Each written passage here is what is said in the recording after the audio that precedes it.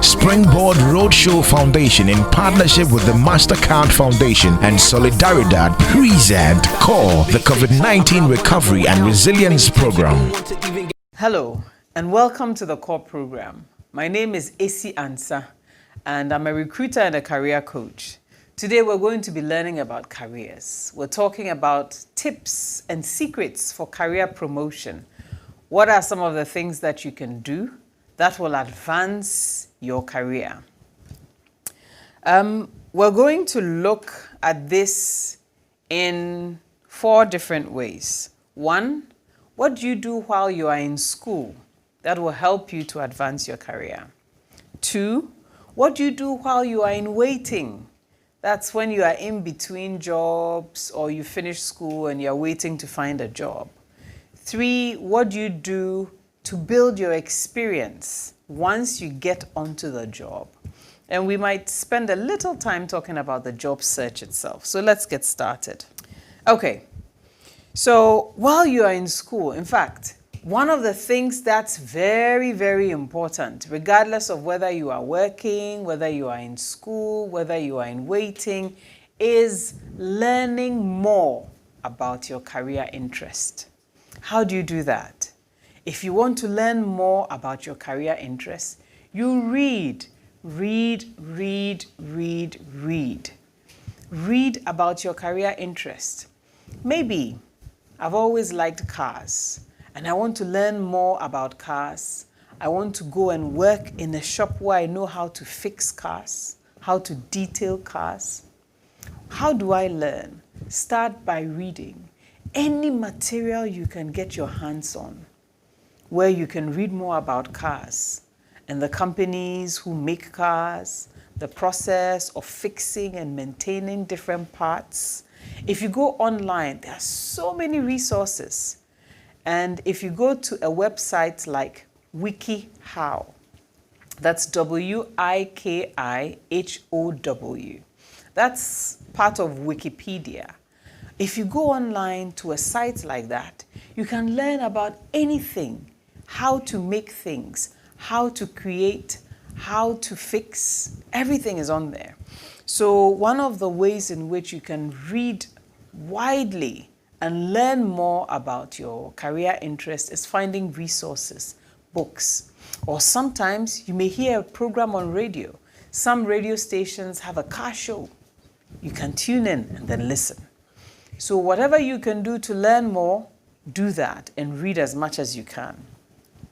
Now let's assume that you finished school. You are home waiting to find a job. You're job hunting, but nothing has come in yet. Read. As a recruiter, we're looking at 3 key things from the people we hire. 1 is head knowledge, what you know, okay? So what you know is important to us. We want to know that you're coming in with some knowledge. 2, we are interested in what you can do with your hands, what you can do with your mind. What is it that you can do? What are the tools that you can use? All right? And then 3, we're looking for who you are, your person, who you are.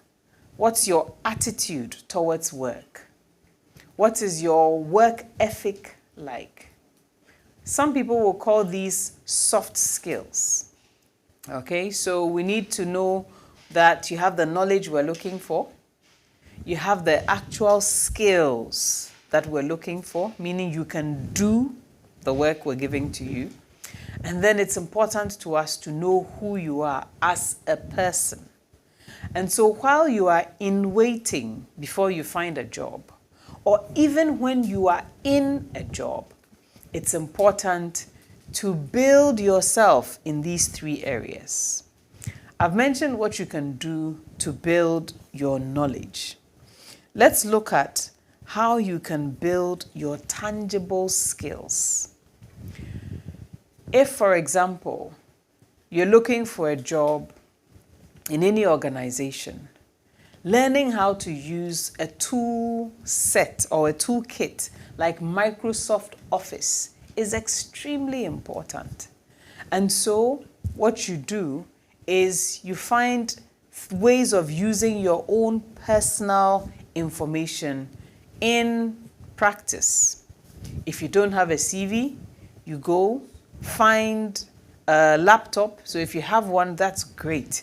If you don't, there are still some cyber cafes, community centers, a few libraries where they have computers. So you can use that to create your CV.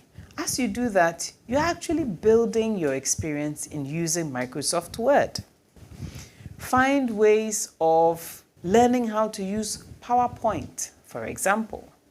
And so if you want to pursue a career in, let's say, photography, you want to learn about the different kinds of cameras and lenses, how to take pictures and where the lights should be.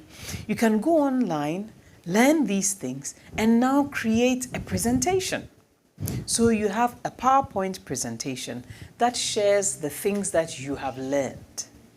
You're not doing it for anybody, but for yourself, because you are practicing. Maybe you have somebody in your family who runs a business and you want to learn how to use Excel. So whenever they make sales, you record the sales in Excel, you learn how to use formula, and you try to capture the sales, how much money was made, how many items were sold. All those things can be done beautifully in Excel.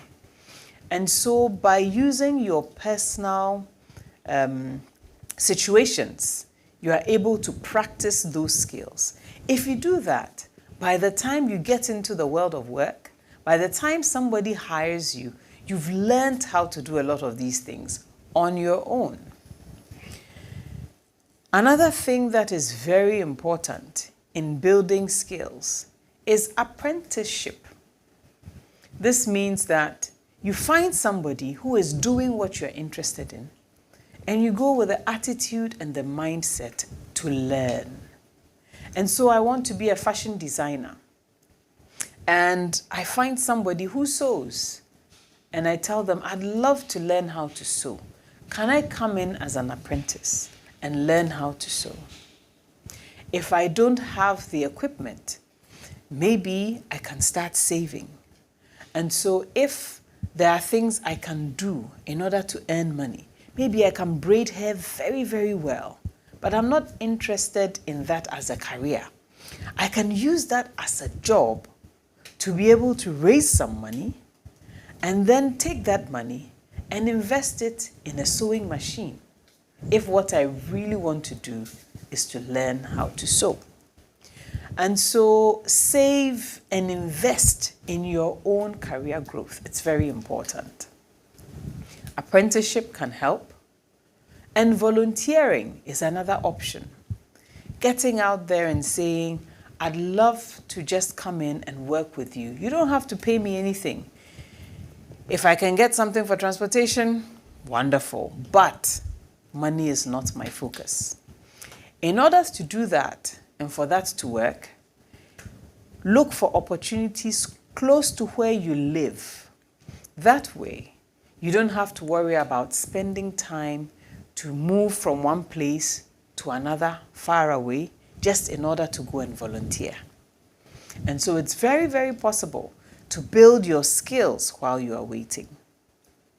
There are a lot of programs online as well, and nothing stops you from going online. There are websites where you can actually sign up for courses and learn. Many of us have phones, smartphones that we use. Instead of restricting our use of the phone to calls, social media, we can actually use our phones to download apps. A lot of apps for learning. And once you do this, by the time the job opportunity opens up, you would have prepared yourself adequately. Now, soft skills, I mentioned that is also very important as you improve and build yourself and get ready to find the ideal job, make sure that you are building certain things. And I will give you 3 key ones.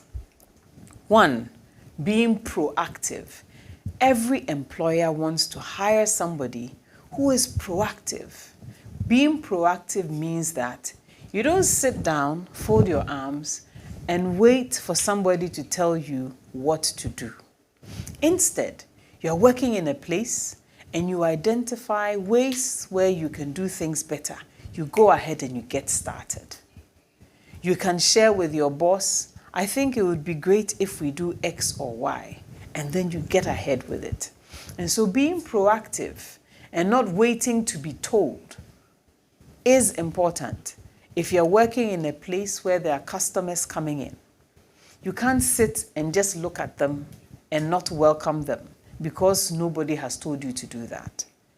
Being proactive means that you step up and you say hello, you welcome them, ask them why they are there, and see how you can help. That is the value of being proactive. 2, you have to be versatile. To be versatile means that you are flexible. You're able to do different things. You have different skills and you are ready so that when you are hired, you don't say, I was hired to do graphic design. I can only draw. And so if you ask me to sit at the reception because the receptionist is not there, I can't do it. No. Being versatile means that you can move into different roles, learn new things, do different things as you build your career. And then lastly, make sure that whatever you are doing, excellence is what makes you different. Excellence is what sets you apart from everybody else. Anything you do, make sure you do it well. Anything your hands find to do, it's the good work that you do that will let people recommend you. That will let people want to keep you. That is what will let people want to pay you better. And so excellence is something you cannot compromise on. So let's do a quick recap. If you're looking to grow your career, you're looking towards what you want to do in the long term, start now. Start by building your knowledge. So read. 2, find practical ways of building your skills. You can do this through volunteering. You can do this through apprenticeship. You can do this through just even your own regular trials. You want to go into the restaurant business, start learning how to cook better. Find recipes online, YouTube, and use that. Maybe you want to be a swim instructor. You don't have a pool in your house. You know how to swim. Go to the beach. Try and build. And then it's also important to make sure that you are building your intangible or soft skills. Who you are as a person. How you present yourself to people, how you work, your attitude towards work. And a few things to think of if you are now trying to decide what career you are even interested in. Ask yourself, what are my strengths? That's S for strengths. Then you want to ask yourself, what are my interests? I for interests, okay? And then you want to ask yourself, what is my purpose? P. So SIP, strengths, your interests, your purpose, all right? And then your actual skills. What skills do I have that I can use to work? SIPs, your strengths, your interests, your purpose, and then your skills. I hope this has been very useful to you. Make sure that you download the workbook from core.com.gh, that's CORE.com.gh, and also listen to and watch our other episodes on radio or a TV station in your region. If you need counseling or mentoring and you'd like to talk to somebody or you want more information on the CoRe program, please send us a WhatsApp message. And the number is 055 153 55 33. Call us and we'd love to get back to you and give you whatever help we can. Now have a great day and get back in touch and let us know how you are using these skills. Thank you very much.